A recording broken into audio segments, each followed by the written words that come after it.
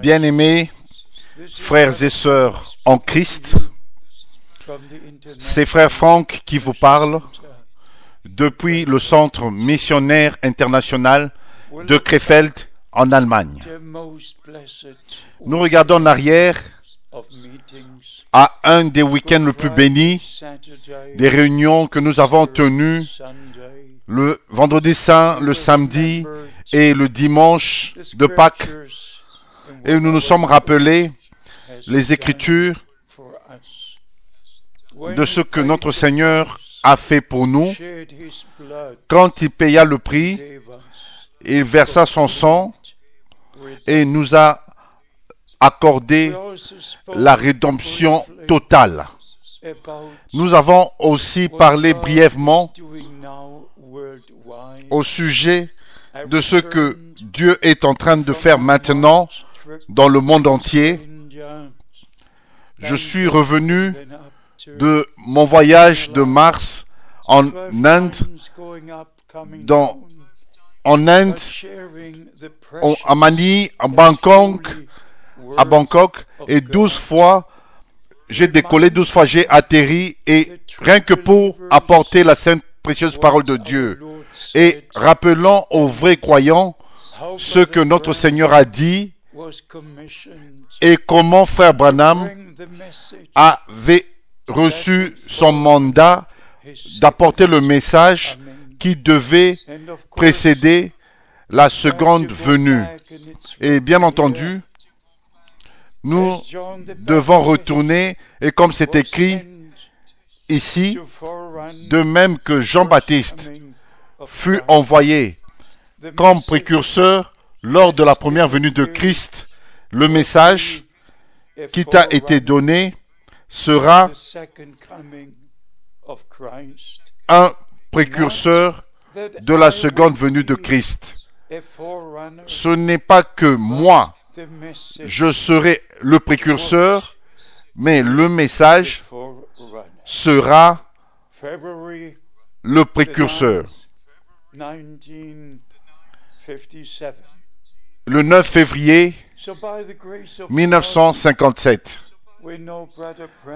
Ainsi, par la grâce de Dieu, nous savons que frère Branham s'est référé un certain nombre de fois à ce mandat direct surnaturel qui est connecté à la seconde venue de Christ. Et avant d'aller dans ce sujet, permettez-moi vous lire Hébreux chapitre 10, verset 14. Car par une seule offrande, il a amené à la perfection pour toujours ceux qui sont sanctifiés par un seul sacrifice sur la croix du calvaire. Quand notre Seigneur avait versé son sang, versa son sang, le sang de la nouvelle alliance, nous avons été rachetés, justifiés et rendus parfaits et sanctifiés dans sa parole. Bien-aimés, tout ce que Dieu fait est parfait. Et ici, nous avons la réponse dans la sainte parole de Dieu. Ainsi, nous regardons en arrière très rapidement à tout l'Ancien Testament, à toutes les prophéties de l'Ancien Testament, de la rédemption, du Sauveur. Et nous lisons dans Psaume 22, nous lisons Ésaïe 53, nous lisons toutes ces Écritures, et même celles qui sont en rapport avec sa résurrection. Nous lisons Psaume 16, je ne laisserai pas, je n'abandonnerai pas son âme dans le séjour des morts, ni son corps voir la corruption. Et Psaume 47, nous lisons que le Seigneur est monté avec un cri, avec des cris et le son d'une trompette. Et nous allons dans le Nouveau Testament, nous voyons notre Seigneur et Sauveur sur sa route, son chemin vers le calvaire, et aller jusqu'à Gethsémani, et il pria, non pas ma volonté, mais que ta volonté soit faite. Et il cria sur la croix, c'est accompli. Jean chapitre 19.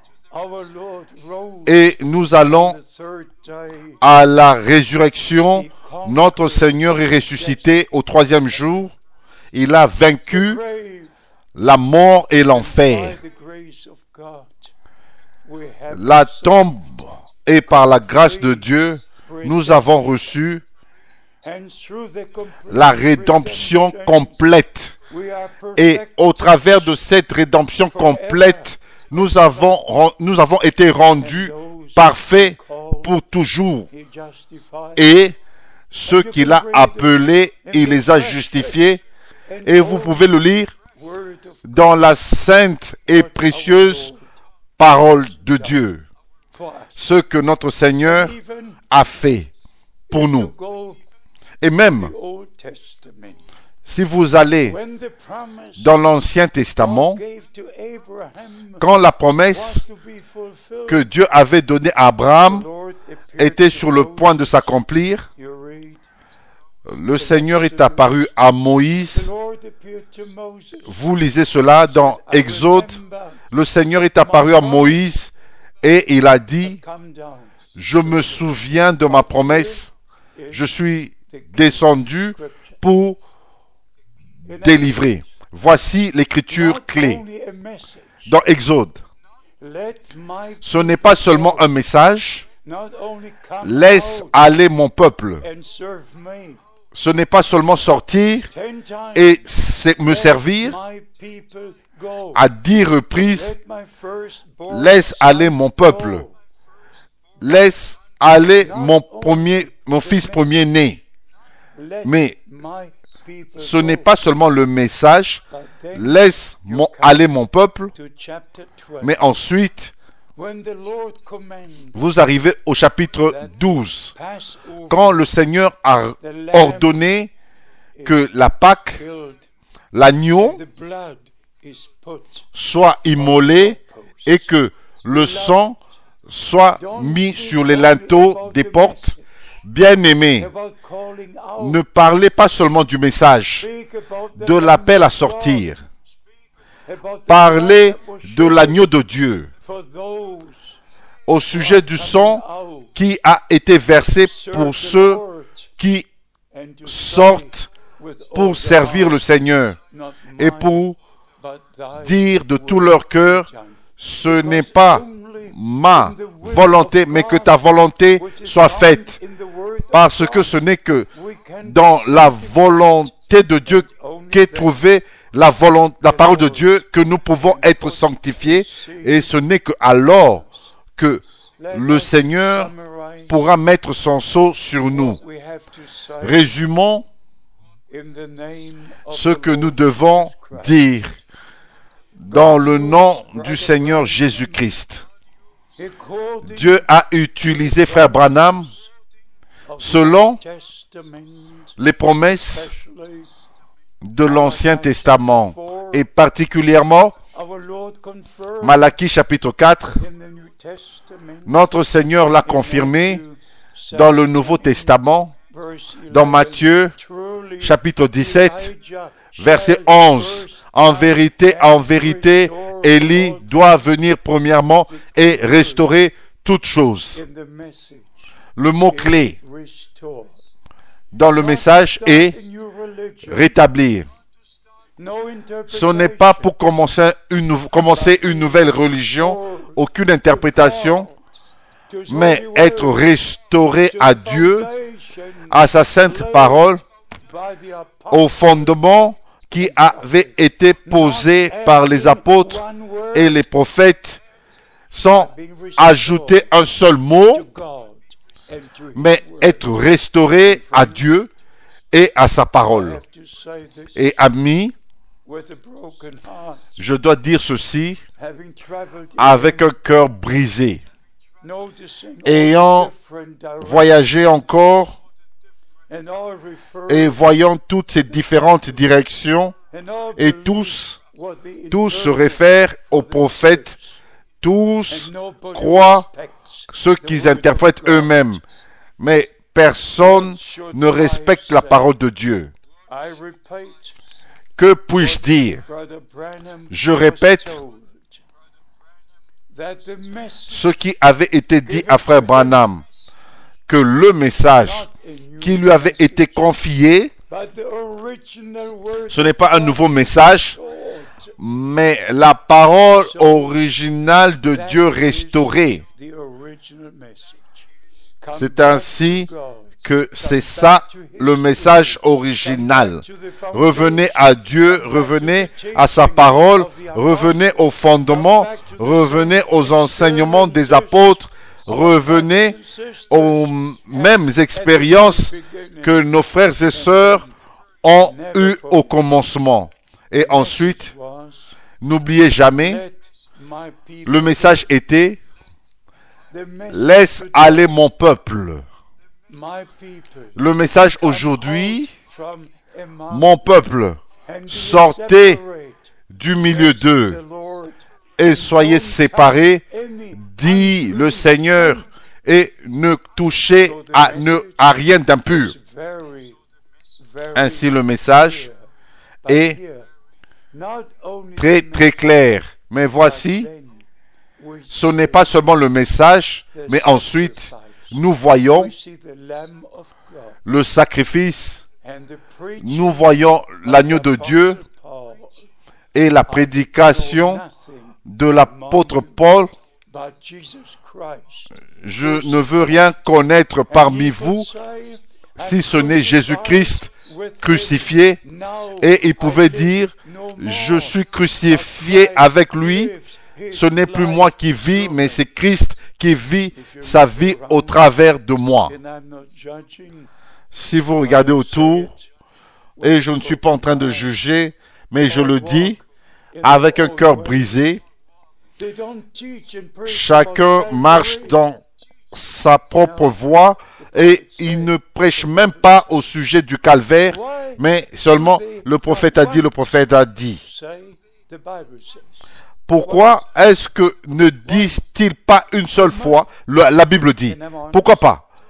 Pour moi, et je suis honnête, pour moi, ce que le prophète dit et ce que la Bible dit, et ce que la Bible dit, le prophète l'a dit. Si vous en faites deux choses différentes, vous êtes séduit. Vous êtes sous une fausse inspiration. Si vous me dites, le prophète a dit ceci, cela, et que vous ne retourniez pas à la parole de Dieu, et quelque chose qui est faux avec vous, parce que le prophète a dit, jamais n'acceptez rien à moins que cela soit écrit dans la parole de Dieu. Pourquoi est-ce que vous ne retournez pas toutes ces déclarations que le prophète a faites pour mettre l'accent, l'infaillibilité de la parole de Dieu, pour mettre l'accent sur la parole, la véritable parole de Dieu vient au prophète. Et c'est ça la véritable parole de Dieu qui vient au prophète de la Genèse à l'Apocalypse. Et mes bien-aimés, aujourd'hui, c'est le 3 avril. Hier, c'était le 2 avril. Et il me fut rappelé par plusieurs, partout sur la terre. Ils ont écrit, ils ont appelé. Et on dit, frère Franck, il y a de cela 56 ans, le 2 avril 1962, qui était un lundi matin, tu as entendu la voix audible, toute pénétrante du Seigneur, pour la première fois dans ta vie. Et ça, c'est aussi vrai que ceci est la parole de Dieu. Oui, moi, frère Franck, j'ai entendu la voix audible de commandement de toute pénétrante du Seigneur disant ces paroles: mon serviteur, ton temps pour cette ville sera bientôt terminé. Je t'enverrai dans d'autres villes pour prêcher ma parole. Et d'un coup, j'étais sur le tapis. Vous ne pouvez pas vous imaginer qu'une telle expérience, qu'est-ce qu'un mandat divin et appel la responsabilité divine devant le Dieu Tout-Puissant pour apporter le dernier message. Il n'y aura pas d'autre message après ceci. Pourquoi est-ce que à Martin Luther ou John Wesley ou John Smith, pourquoi est-ce que à ceux-là, dans les 500 dernières années, un seul avait reçu un mandat que son message allait précéder la seconde venue de Christ? Mes bien-aimés frères et sœurs, nous sommes absolument très proches du retour physique, corporel du Seigneur Jésus-Christ.